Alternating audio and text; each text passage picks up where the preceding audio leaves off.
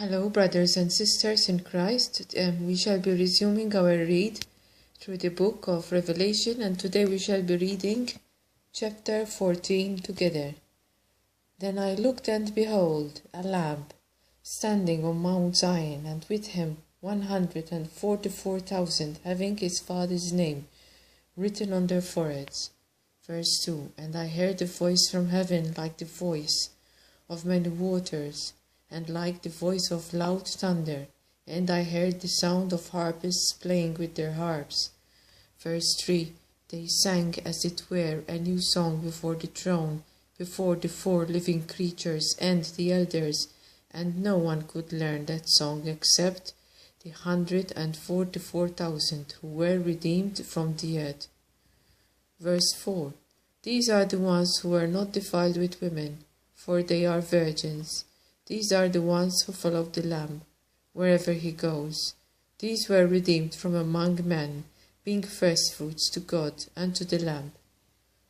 Verse 5. And in their mouth was found no deceit, for they are without fault before the throne of God. Verse 6. Then I saw another angel flying in the midst of heaven, having the everlasting gospel to preach to those who dwell on the earth, to every nation, tribe, tongue, and people.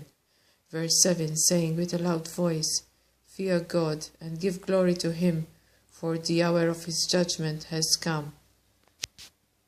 And worship him who made heaven and earth, the sea, and springs of water. Verse 8, and another angel followed, saying, Babylon is fallen, that great city, because she has made all nations drink of the wine of the wrath of her fornication. The view is of many that Babylon is here referring to the United States. And when you think about it, it does make sense. That great city, because she has made all nations drink of the wine of the wrath of her fornication.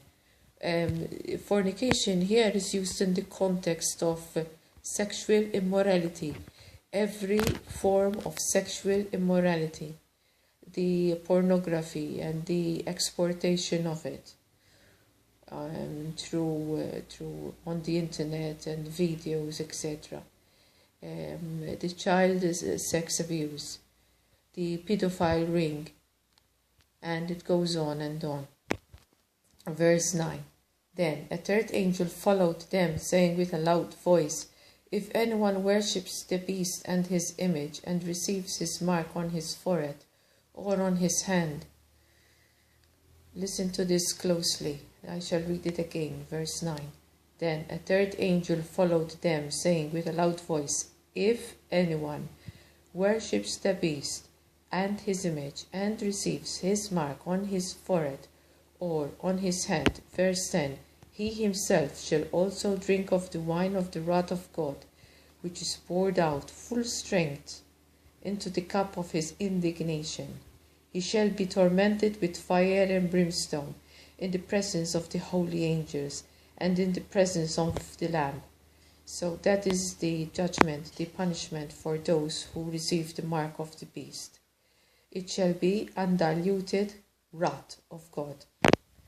Verse 11, and the smoke of their torment ascends forever and ever, and they have no rest, day or night, who worship the beast and his image, and whoever receives the mark of his name. Verse 12, here is the patience of the saints. Here are those who keep the commandments of God and the faith of Jesus. This makes me, when I read this sentence, it just makes me think that the mark of the beast is the absence of, is the opposite of keeping the commandments of God and the faith of Jesus Christ. See? So you have a contrast here. Those who will take the mark of the beast on their foreheads and in their right hand, and then you have those who keep the patience of the saints. Here are those who keep the commandments of God and the faith of Jesus. These are sealed. Then I heard a voice from heaven saying to me, Right. Blessed are the dead who die in the Lord from now on. Yes, says the Spirit, that they may rest from their labors and their works follow them. Verse 14, Then I looked and behold a white cloud, and on the cloud sat one, like the Son of Man, having on his head a golden crown, and his hand a sharp sickle. And another book, Enoch, who was the grandfather of Noah. Enoch was the grandfather of Noah, and there is this extra canonical book, which is written, which in the very first verses, it was written some like 3,000 years ago. It's a very old ancient book. It was discovered in the caves of Qumran with other extra canonical